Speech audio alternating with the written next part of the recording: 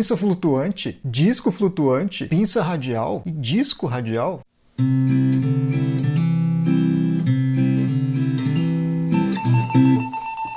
Você está no canal do Casal 1043, eu sou o Yuri, e aproveitando que o assunto dos últimos vídeos foi manutenção na F750, com a revisão dos 20.000 km e com a troca do filtro de ar, vamos abordar um assunto que pode ser óbvio para motociclistas mais experientes, mas não é tão óbvio assim para quem está começando, que é o sistema de freios da moto. Você sabe a diferença entre pinça de freio flutuante e pinça de freio de fixação radial? E a diferença entre disco fixo e disco flutuante? E o disco radial? O sistema de freio mais comum nas motocicletas do Brasil é aquele aplicado no veículo motorizado mais vendido do Brasil, que é a Honda Titan. Ela usa freio a tambor na traseira e freio a disco fixo de pinça flutuante na dianteira. Aí tem aquele combi brake lá, né? Isso aí deixa para outro vídeo. Quanto ao freio tambor, muita gente torce o nariz, mas a verdade é que pro freio traseiro de uma moto leve é um sistema honesto, barato, cumpre o necessário e requer baixíssima manutenção. Já com relação à eficiência de frenagem, é pacífica a superioridade do freio a disco. Por isso que o tambor no freio da frente já está praticamente extinto. Então, a CG usa disco fixo com pinça flutuante. E o que é uma pinça flutuante? A pinça de freio nada mais é do que efetivamente uma pinça que pinça o disco.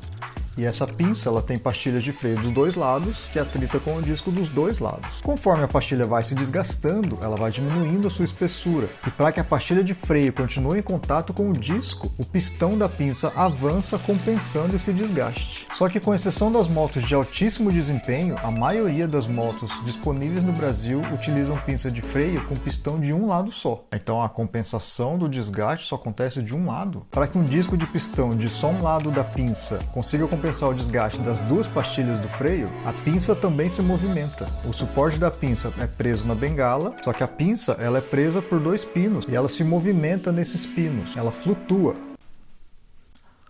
Por isso que se chama pinça flutuante. Ela de fato flutua nos pinos de fixação. Agora repara onde fica ancorado o suporte da pinça no caso da Flu e da F750. As duas utilizam pinça flutuante com pistão de um lado só e é presa na bengala da moto. Com a pinça fixada na bengala da suspensão, você repara que entre o ponto de fixação da bengala e o eixo da roda existe um espaço que ocorre uma alavanca. Quando a pinça de freio aciona o disco força a pinça contra a bengala da moto e contra o eixo da roda. Então existe uma força em cima da bengala da moto. No uso normal dentro da lei, essa torção chega a ser imperceptível, mas no uso racing, essa pequena alavanca pode comprometer a estabilidade da moto. Pensando nisso, a engenharia criou um novo jeito de fixar a pinça de freio na roda da moto. Ao invés de ficar presa na bengala, existe um suporte próprio para ela e a pinça fica fixada de forma radial ao eixo da roda. Dessa forma, a energia da frenagem que a pinça está recebendo deixa de ser transferida para a bengala da suspensão, minimizando esse efeito de alavanca.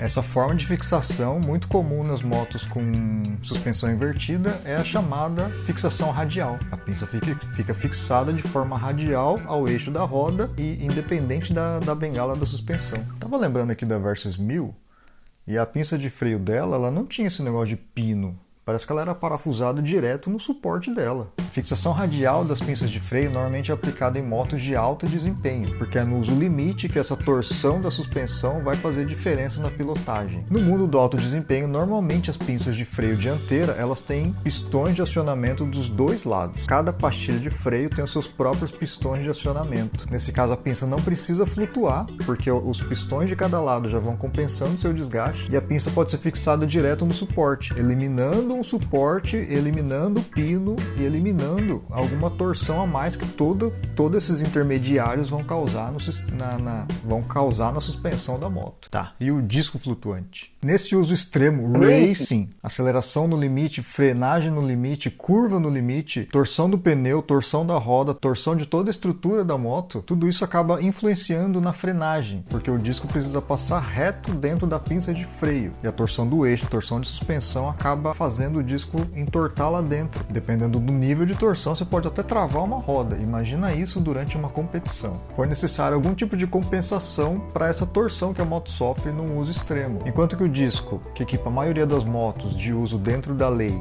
do mercado são uma peça só, é um disco completo com ponto de fixação no próprio disco. Para compensar essas torções do uso extremo, foi criado o disco flutuante. O disco é composto de duas peças, a parte interna é onde vai fixado na roda, essa parte é fixa, mas existem rebites que prendem a parte externa, que é a que vai atritar com o disco. A parte externa do disco, ainda que presa à parte interna, permite alguma movimentação, alguma flutuação. Por isso, disco flutuante. Isso é o que faz barulho, né? Essa pequena movimentação, como é metal com metal, a parte interna é metal, externa é metal, rebite é metal, ela gera um tec-tec-tec.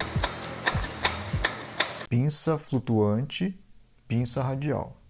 Disco flutuante e o disco radial. Ah, não, isso aí não existe não, era só para completar o texto do começo do vídeo. Se gostou, deixa um gostei, considere se inscrever no canal para estar sempre aqui com a gente. Muito obrigado pela companhia. E diz aí, você conhece o material usado na construção das pastilhas de freio? Tem isso também, é? Quem sabe um dia eu falo sobre isso. Falou!